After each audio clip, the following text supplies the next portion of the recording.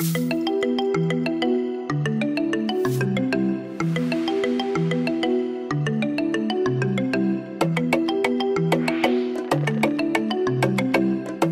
à tous, bonjour à toutes, merci de nous suivre. Nous sommes actuellement à Paris, en région parisienne, avec Anatole Gamoukol, joueur du Red Star en Ligue 2 en France, qui est présent avec nous pour éclaircir sa situation, que ce soit au niveau international ou au niveau club. On va revenir sur sa saison avec le Red Star actuellement, mais également sur son parcours. Donc Anatole, bonjour. Bonjour. Nous sommes heureux de t'accueillir ici. Tu es actuellement au Red Star, une saison qui est moins bien que l'année dernière, mais tu fais ta saison, une saison pleine, avec tu enchaînes les matchs. Comment ça se passe pour toi? Bah, ça se passe bien, on enchaîne les matchs et personnellement ça va, on essaye de s'en sortir cette saison de maintien. C'est vrai que l'an dernier on essayait la montée, on l'a pas fait de 1 point. Et puis j'essaie moi personnellement d'essayer de maintenir l'équipe et mes coéquipiers aussi. Et on va attendre jusqu'à la fin de l'année le verdict. D'accord, très bien. Alors, avant de parler de cette saison avec le Red Star et aussi la saison dernière, est-ce qu'on peut revenir sur ton parcours? Donc, tu viens de Paris, toi, tu es né en région parisienne. Voilà, après, c'est vrai que j'ai un long parcours. J'ai commencé au CMA Aubervilliers, dans le quartier d'ici. Après, je suis parti au Red Star en étant jeune. En étant jeune, j'ai participé à des essais à l'INF Clairefontaine, l'Institut National de Football. Et par la suite, je devais aller à Lecce signer un contrat de 6 ans, mais ça ne s'est pas fait. Et au final, j'ai atterri à Reims, et d'où j'ai fait mes 6 années là-bas. D'accord, très bien. Et il y a 3 apparitions en pro. Ok, très bien. Après Reims, ça a été le grand départ, ta première expérience? Oui, après Reims, c'était le grand départ à l'étranger. Je suis parti au Real Saragossa, j'étais en 2e division en Espagne. Et puis par la suite, j'avais aussi un contrat de 3 ans. Donc après, mon agent m'a dit, en étant jeune, ça va être difficile de jouer.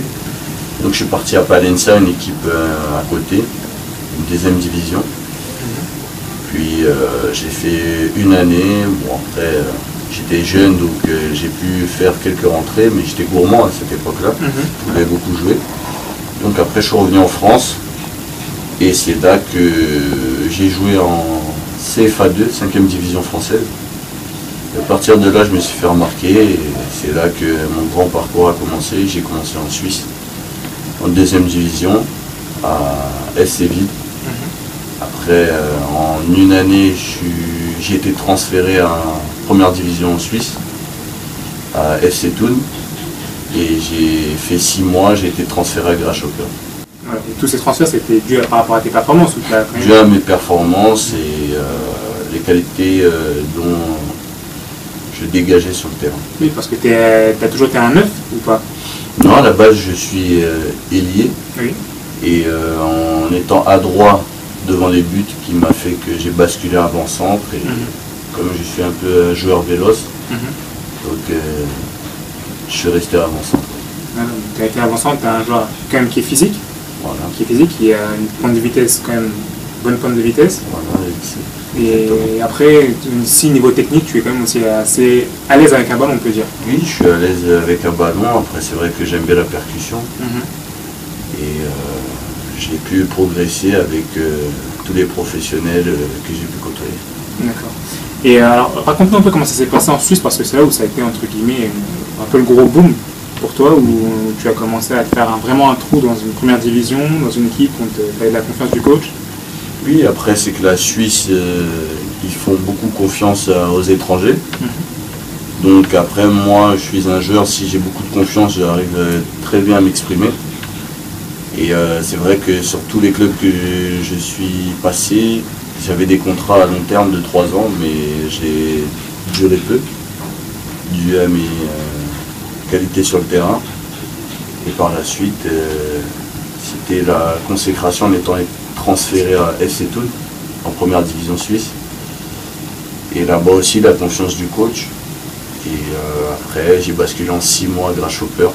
C'était un choix aussi de famille, parce que moi je voulais rester à Thun, j'étais bien là-bas. Mais ils m'ont dit, si tu veux prendre plus d'ampleur, c'est le moment de faire un pas vers l'avant. D'accord, très bien. Et donc, alors ton expérience à Grasshopper, tu en retires que du bien ou pas?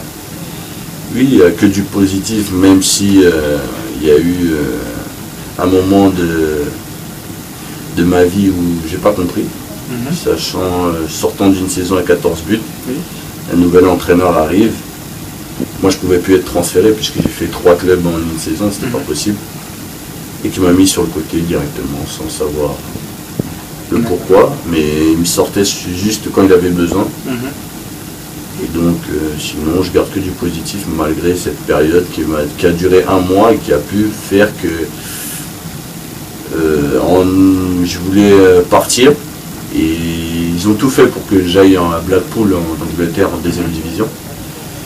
Mais ce club-là allait descendre, donc j'ai dit je vais aller jusqu'au terme de mon contrat. Après ils m'ont dit soit tu renouvelles et tu baisses un peu le contrat.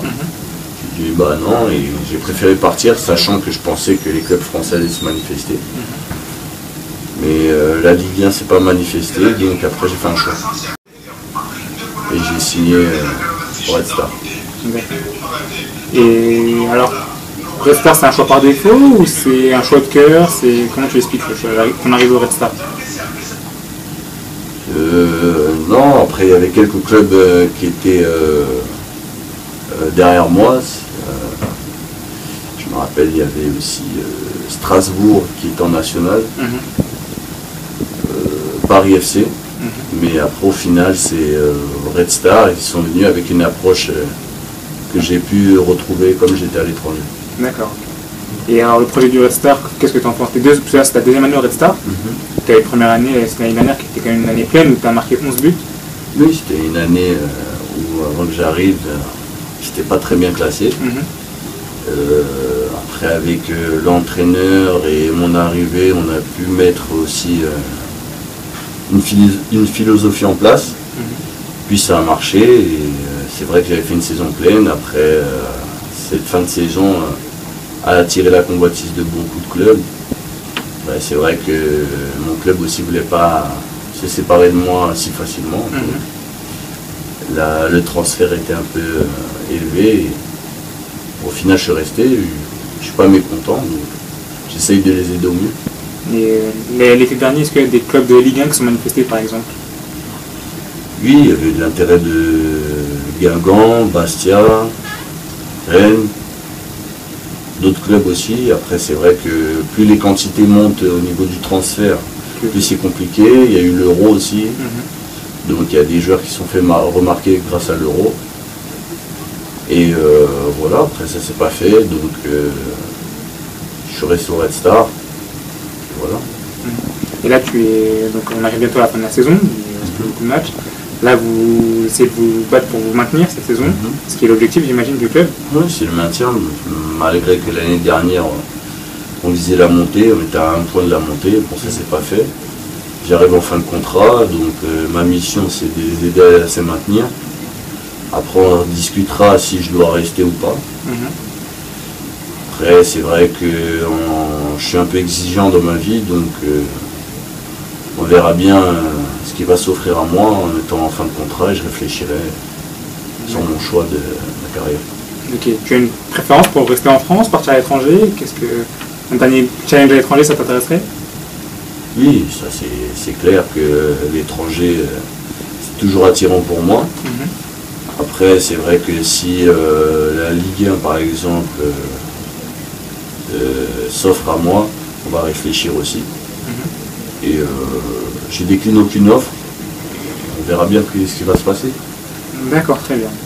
Donc voilà, on a fait une petite mise au point sur toi, ton parcours, ta situation actuelle et l'avenir aussi. Et maintenant on va faire une petite mise au point par rapport à ta situation par rapport à Léopard. Donc Anatole, tu es un joueur d'origine congolaise. On sait que ton nom est déjà apparu dans quelques listes de Florent Ibenge. Malheureusement, la dernière liste, ton nom n'est pas apparu. Mais voilà, on sait que tu as déjà commencé les démarches pour prendre la nationalité congolaise et être un potentiel sélectionné et pouvoir porter un jour le maillot des Léopards. Où en est ta situation aujourd'hui par rapport au Léopard et par rapport aux démarches administratives qui des fois prennent beaucoup de temps? Mon père a fait les démarches, il s'est déplacé. Et maintenant on attend. La réponse, tout est entre les mains de la FECOFA. Puis en attendant, moi je continue à travailler de mon côté avec mon club. Donc par la suite, on verra bien ce qui va se passer. Comment s'est passé ton premier contact avec l'entourage des Léopards, par exemple en fin 2013, où ton nom est apparu sur cette liste? Je sortais d'une saison pleine à Grasshopper et à Thun. J'ai gagné la coupe et résultat, mon nom sort, j'ai été présélectionné. Mais j'ai pas pu répondre à la présélection parce que j'ai été blessé à cette période-là. Et donc pour moi c'était une fierté de représenter mon pays. Et malheureusement la blessure a fait que je ne pouvais pas répondre présent. Donc ça s'est pas fait. Il y a eu au cours de la saison aussi 2014, si je me souviens bien, il y a eu encore mon nom et malheureusement encore une autre blessure. J'ai pas pu répondre.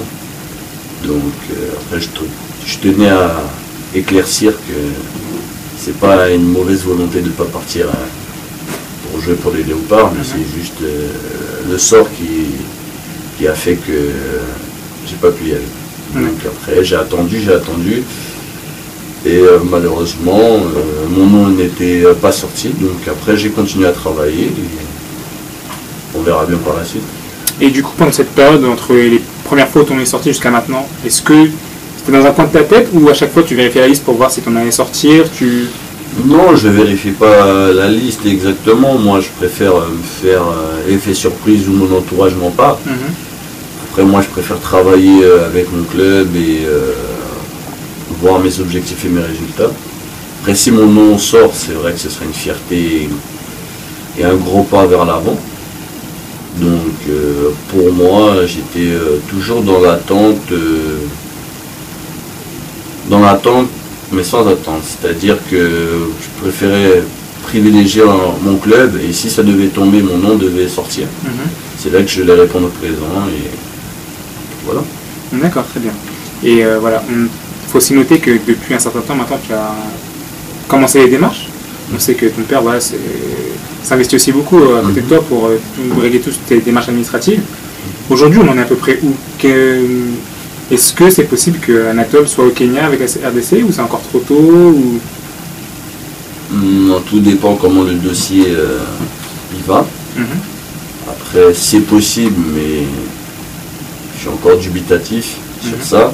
Je pense que ça va être trop tôt au niveau des papiers. Après, ce niveau de l'intendant là-bas et comment ils vont réagir au niveau de l'administration. Donc après, si j'y suis convoqué, ce sera un honneur. Sinon, on va continuer.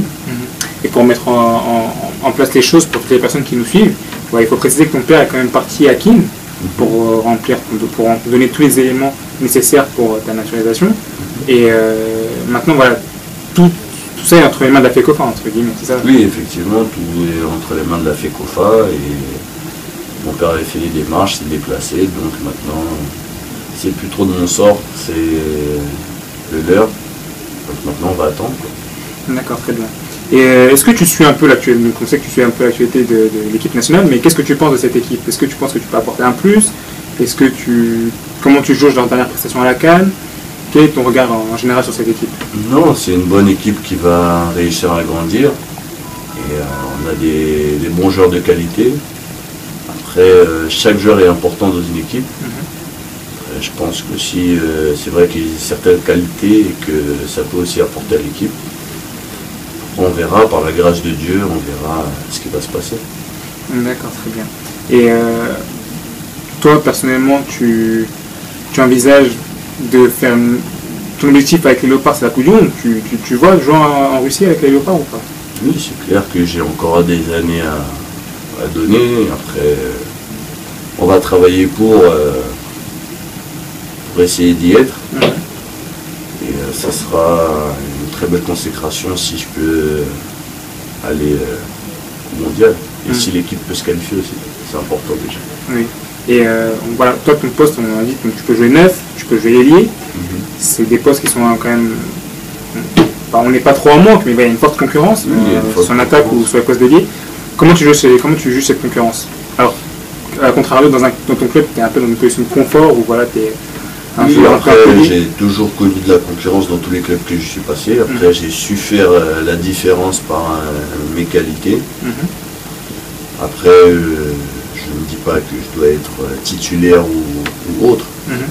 Juste prétendre être dans le groupe. Après, on va travailler comme j'ai pu le faire. Et moi, j'ai toujours aimé la concurrence et que ça soit sain. Donc, après, on va voir. Après, il y a des très bons attaquants. Donc, pour l'instant, on va les laisser place et on verra si les sélectionneurs ont mon nom au coin de sa tête. D'accord. En tout cas, merci beaucoup Anatole d'avoir éclairci la situation, de nous avoir accueillis. Merci aussi à ta famille qui nous a accueillis. On espère maintenant que toutes les démarches que tu as pu entreprendre se termineront à temps et qu'on te verra très bientôt, pourquoi pas au Kenya, sous le maillot des Léopards. Merci. En tout cas, bonne continuation pour ta fin de saison et à bientôt. À bientôt.